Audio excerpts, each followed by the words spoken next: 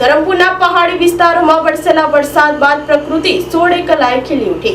પ્રવાસીએ શંકર ધોધના મનમોહક દ્રશ્યોને કેમેરામાં કેદ કર્યા। સ્વર્ગ જેવો અહેસાસ થયો હોવાનું જણાવતા પર્યટકો। વલસાડ જિલ્લામાં ફરી એકવાર વરસાદી માહોલ જામ્યો છે। ધરમપુરના પહાડી વિસ્તારોમાં વરસેલા વરસાદ બાદ પ્રકૃતિ 16 કલાએ ખીલી ઉઠી છે। હરિયાળીથી છવાયેલા જંગલો અને ધસમસતા ઝરણા પ્રકૃતિ પ્રેમીઓ માટે આકર્ષણનું કેન્દ્ર બન્યા છે। ધરમપુર તાલુકામાં આવેલો શંકર ધોધ હાલ પોતાના પૂર્ણ યૌવનમાં જોવા મળી રહ્યો છે। ધોધની આસપાસનો સમગ્ર વિસ્તાર લીલીછમ ચાદર ઓઢી લેતા અહીંનું કુદરતી સૌંદર્ય સૌના મનને મોહી રહ્યું છે। સાપુતારા જેવી જ કુદરતી સુંદરતા ધરાવતો ધરમપુરનો આ વિસ્તાર હજુ પણ અનેક પ્રવાસીઓ માટે અજાણ્યો છે। જો સરકાર દ્વારા વિલ્સન હિલ અને શંકર ધોધનો સુવ્યવસ્થિત વિકાસ કરવામાં આવે તો આ વિસ્તાર પણ રાજ્યના અગ્રણી પર્યટન સ્થળોમાં સ્થાન મેળવી શકે છે। રજાનો દિવસ હોવાથી મોટી સંખ્યામાં પ્રવાસીઓ અને પ્રકૃતિ પ્રેમીઓ શંકર ધોધની મુલાકાતે પહોંચ્યા હતા।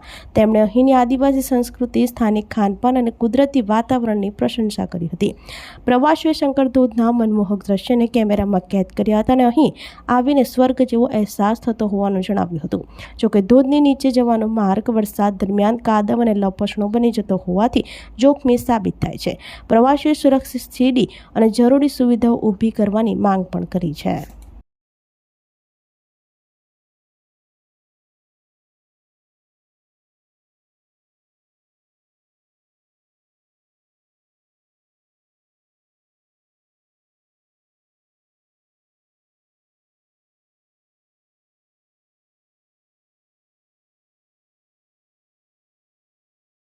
આપણી સંકલ્પ ન્યૂઝ ચેનલને સબસ્ક્રાઇબ અને લાઇક કરો, બેલ આઇકન દબાવો જેથી આવનાર ન્યૂઝ અપડેટ્સની નોટિફિકેશન આપના મોબાઈલ પર સૌથી પહેલા પહોંચે।